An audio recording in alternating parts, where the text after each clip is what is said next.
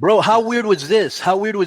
What a weird Final Four to put in that Battle Royal. Eddie Kingston, who's kind of like a manager, right? Butcher or Blade, whoever the big guy was at the end. Who were the other two? It was really weird. Lance Archer and Matt Sydal, the wild card guy. No, Matt Sydal and one more before they stayed with Archer. But it was really weird. Like, it wasn't anybody they're really pushing hard. You knew who would win.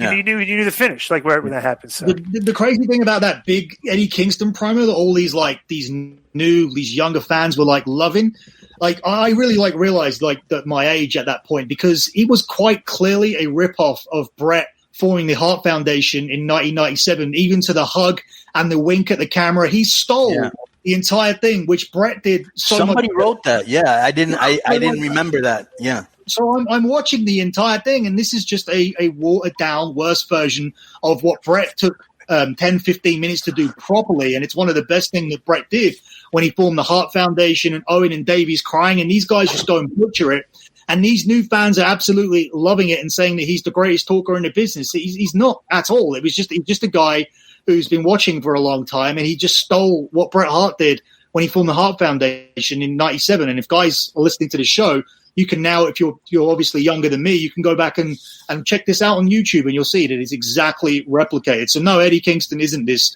incredible talker that he's made out to be. He's just the best out there at the moment in an industry where there isn't many really good talkers because they've been overscripted to death. And when Randy Orton, who's a senior person, is allowed to go out there on his own and is probably doing his own promos, and Jericho's probably doing his own promos, that's why these two are sticking out as the best, because I don't think that you're handing them a piece of paper and they're following this entire thing. They're working off bullets maximum. And there's this too, Billy, like a guy like Eddie Kingston. And I know this is going to come off like I'm picking Eddie Kingston, but this guy's been on the Indies for so long. He deserves his big break. There was a reason he was on the Indies for so long. There's a reason he was barely on TV for so long. There's a reason he never made it for so long. And none of the reasons are good reflecting on him. The industry is uncompromising. If you deserve a chance, you get a chance, and long before he did. And I don't begrudge him being on AEW, but to act like he's this big addition, I hate to quote Jim Cornette, but he couldn't draw money if you dipped him in super glue and dragged him through a bank vault. and that's the other I'm glad thing. You're not picking on him. Get right. Wait a minute. So we'll wait on the roast. Wait on the Eddie Kingston roast.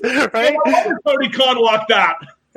And just to finish my point as to like one of the other examples of that, they acknowledged the PWI 500 on their TV show. Like that. That's the biggest mark thing you can do. Yeah, exactly. So, I mean, that pretty much – I mean, they've got moves like Meltzer Driver and all that throughout the show, which is one thing.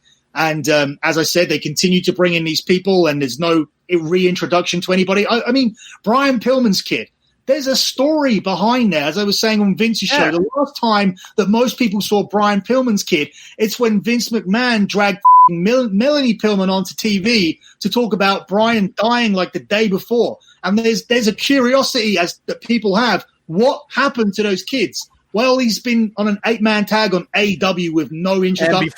And before that, he was a fan for I don't know how many weeks. Right. Remember, he was standing in the cheering and booing. Bro, that looked so done. The one time they should have played on the past and told that story, they didn't do it. They had Eddie Kingston doing the ripoff of Bret Hart, like Billy pointed out. But Brian Pillman Jr.'s out there doing the camera thing, which, by the way, is a waste of time until you really want to push him. He's imitating his dad, and that story isn't told. The story of Eddie Kingston, the indie guy. We get that shoved down our throats. Brian Pillman Jr., hey, look, it's Brian Pillman Jr. Whose kid was he again? Pretty much, right? Right. If Eddie Kingston keeps stealing stuff from people and doing unoriginal material, pretty soon they'll give him a sports talk radio show, and he'll probably be pretty good at it.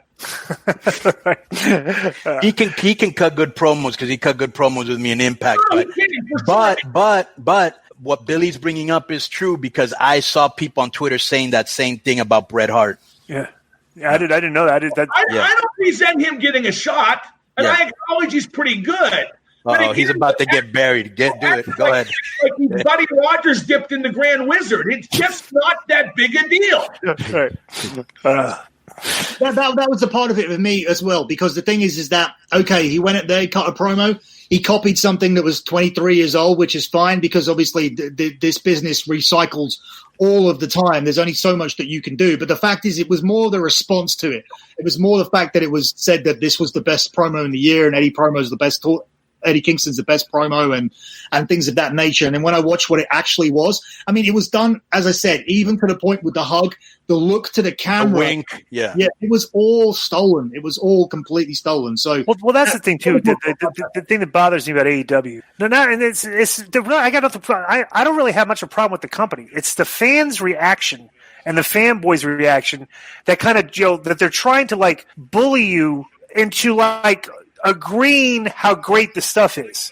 And it's like, I just want to be like, well, that's not that, because this has been my big mantra throughout this, through this whole thing, is when October 2nd was coming, okay, and Meltzer and the Dirt Sheet guys, everybody, the fanboys and stuff were saying, there's never been a better time to be a wrestling fan. And I've always just been offended by that. I was like, how could you possibly say that this period of wrestling, which has been a constant 15-year decline, and here we are now, we're drawing lower ratings than we've ever drawn. How can you possibly say that that's a better period of time when we were averaging 12,000 people in the arenas and we're doing like 6 million viewers on Monday nights?